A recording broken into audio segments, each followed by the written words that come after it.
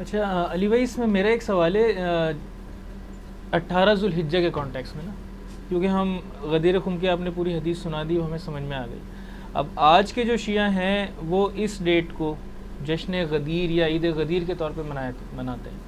اور ابھی کچھ عرصے پہلے مجھے پتہ چلا کہ جو سنی حضرات ہیں ان کا کہنا یہ ہے کہ 18 ذوالحجہ کو ہی حضرت عثمان رضی اللہ تعالیٰ عنہ کو قتل کیا گیا، ان کو شہید کیا گیا.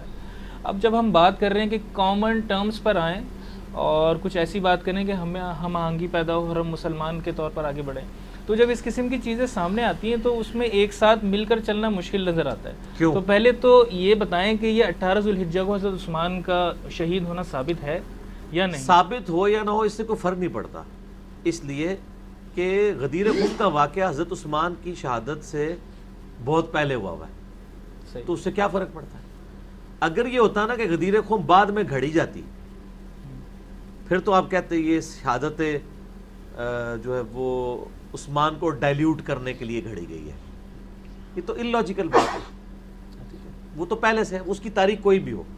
دوسری بات، شہادت عثمان سنی شیعہ کے درمیان کامن ٹرم نہیں بن سکتی کبھی بھی، نہ حضرت ابوبکر عمر کامن ٹرم بن سکتے ہیں.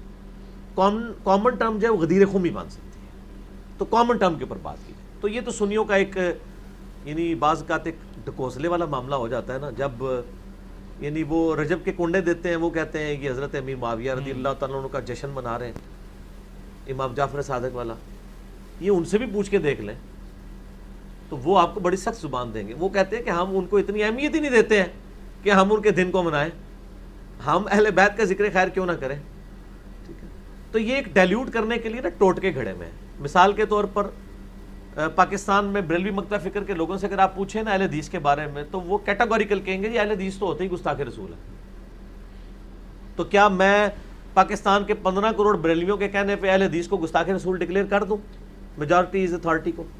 تو سر پھر ہم اہل حدیثوں سے بھی کہیں گے کہ جب آپ لوگوں کے اوپر اس طریقے سے فتوے لگاتے ہیں اہل بیت کی محبت میں رافضی ہونے کے، تو وہ بھی ایکسیپٹیبل نہیں ہوں گے. ادروائز سب سے پہلے تو آپ گستاخ رسول ڈکلیئر ہوں گے لوگوں کے کہنے پہ. گستاخ رسول ہونا بڑا جرم ہے اور رافضی ہونا تو بہت چھوٹا جرم ہے اس کے مقابلے پر. تو آپ کا جرم تو بڑا ہے اگر لوگوں کے کہنے پہ ہی مان لیں. باقی یہ عید غدیر کے طور پر مناتے ہیں، وہ اس میں جو ایگزیجریشن کرتے ہیں نا کہ مولا علی کو حق ولایت دینے کا مطلب ہے کہ نبی علیہ السلام نے مولا علی کو اپنا وصی بنا دیا تھا.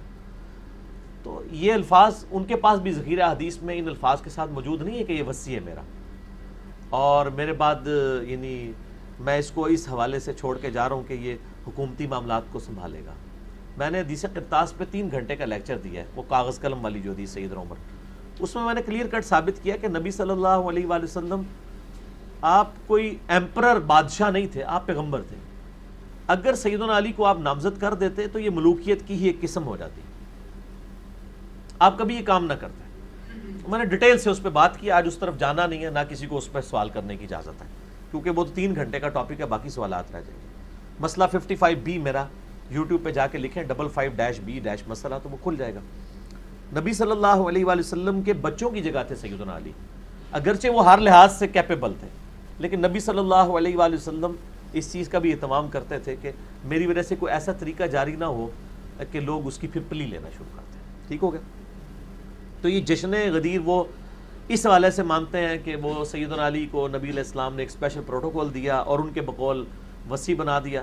تو اس میں ہم اکثر کہتے ہیں کہ اگر یہ وصی بنانا ہوتا تو غدیر پہ یہ خطبہ نہ ہوتا بلکہ حجۃ الوداع پہ ہوتا، جہاں پوری امت جمع تھی. یہاں تو صرف اہل شام اور اہل مدینہ رہ گئے تھے، انہی کو اصل میں ڈرایا جا رہا تھا کہ تم لوگ سیدنا علی کے خلاف نہ کھڑے ہونا صفین کے اندر، لیکن انہوں نے پھر خیال نہیں کیا. اس سے زیادہ کچھ نہیں ہے. ٹھیک ہو گیا؟ اہل تشیع ویسے سوال تو کرتے ہیں کہ آپ کے حدیثیں موجود ہیں، آپ حدیثوں کو بھی مانتے ہیں، تو کیا غدیر خم سے ولایت اور خلافت ثابت نہیں ہوتی؟ میں نے بتا دیا نا کہ اس کے اوپر 55B دیکھ لیں. ولایت تو ثابت ہے، حق ولایت تو مانتے ہیں، کون نہیں مانتا؟ پوری امت ان کو ایک عظمت کا درجہ دیتی ہے. حق ولایت کا مطلب اگر یہ لیا جاتا ہے کہ وہ نبی علیہ السلام کے بعد خلیفہ چنے گئے ہیں اور اس کے لیے وہ پلی لیتے ہیں بخاری اور مسلم کی اس حدیث سے جو بخاری مسلم دونوں میں ہے کہ اے علی تیری میرے ساتھ وہی نسبت ہے جو ہارون کی موسیٰ علیہ السلام کے ساتھ، مگر میرے بعد کوئی نبی نہیں ہے.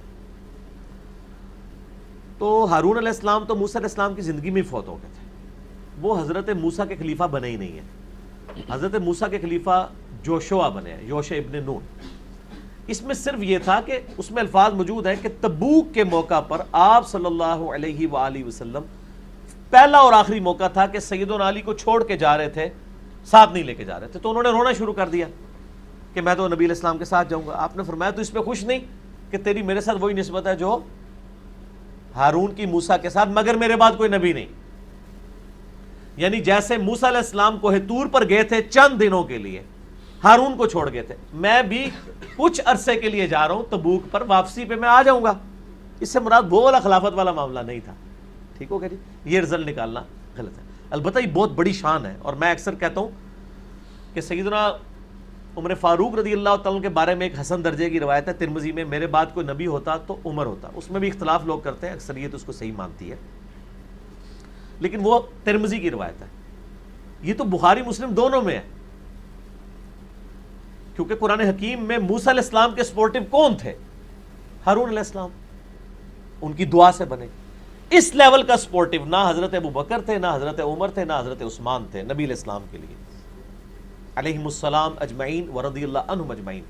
حضرت علی تھے. ٹھیک ہو گیا؟ اسی طریقے سے میں نے آپ کو بتایا کہ سنی کس طرح معاملات کو ڈائلیوٹ کر جاتے ہیں کہ مسلم شریف کے اندر حدیث ہے حضرت علی کے فضائل کے چیپٹر میں، بخاری میں موجود ہے، مسلم والا طریق میں پڑھ رہا ہوں کہ غزوہ خیبر کے موقع پر آپ نے فرمایا کل میں اس شخص کے ہاتھ میں جھنڈا دوں گا جو اللہ اور اس کے رسول سے محبت کرتا ہے، اللہ اور اس کا رسول اس سے محبت کرتے ہیں. صحابہ کہتے ہیں ہم پوری رات سوئے نہیں اس فکر میں کہ یہ خوش نصیب کون ہوگا. اور حضرت عمر کے الفاظ ہیں صحیح مسلم کے اندر، یہ پہلا موقع تھا کہ مجھے رشک ہوا کہ کاش وہ شخص میں ہوں، اور کہتے ہیں میری تڑپ میرے دل میں ہی رہ گئی. حضرت علی کو نبی علیہ السلام نے وہ جھنڈا دیا، تو حضرت علی پر رشک کرتے تھے سیدنا عمر. ہمیں ایک جعلی روایت وہ سنن کبری البیہقی سے بتائی گئی ہے، جس کو البانی بھی کہتے ہیں کہ یہ جعلی روایت ہے، جھوٹی، ضعیف نہیں، جھوٹی. شیخ زبیر صاحب بھی اسے ریجیکٹڈ روایت مانتے ہیں. وہ جی حضرت عائشہ ایک دفعہ کہنے لگی یا رسول اللہ صلی اللہ علیہ وسلم یہ آسمان کے برابر کسی کی نیکیاں ہیں؟ تو آپ نے فرمایا عمر کی رضی اللہ تعالیٰ عنہ. تو ان کا میرا باپ، ان کا تیرے باپ کی تو ایک رات کی غار ثور کی نیکیاں عمر کی ساری نیکیوں سے بڑھ کے ہیں. یہ جعلی روایت گھڑی گئی تھی. اور پھر اس کے بعد جی حضرت عمر کہتے تھے ابو بکر سے کہ مجھ سے پوری زندگی کی نیکیاں لے لو. حضرت عمر جو کچھ کہتے ہیں وہ مسلم شریف میں لکھا ہوا ہے کہ مجھے علی پر رشک کرے گا. سر جب ہم یہ باتیں کرتے ہیں تو لوگوں کو کڑوی لگتی ہیں. یہ بالکل اس طریقے سے میرے بھائیوں آپ کو کڑوی لگتی ہیں جیسے ہم یہود و نصارہ کو اولڈ ٹیسٹمنٹ اور نیو ٹیسٹمنٹ سے نبی علیہ السلام کی پروفیسیز بتاتے ہیں تو ان کو بڑی کڑوی لگتی ہیں کہ آپ تو ہمارے بزرگوں کی کوئی شان بیان کریں، آپ اپنے نبی کی شان کہاں بیچ میں سے بیان کر رہے ہیں، ہم نے تو ان کو ماننا ہی نہیں ہے. یہاں پہ بھی یہی ہوتا ہے نا. ٹھیک ہو گیا؟ تو لوگوں کو برا لگنا شروع ہوتا ہے.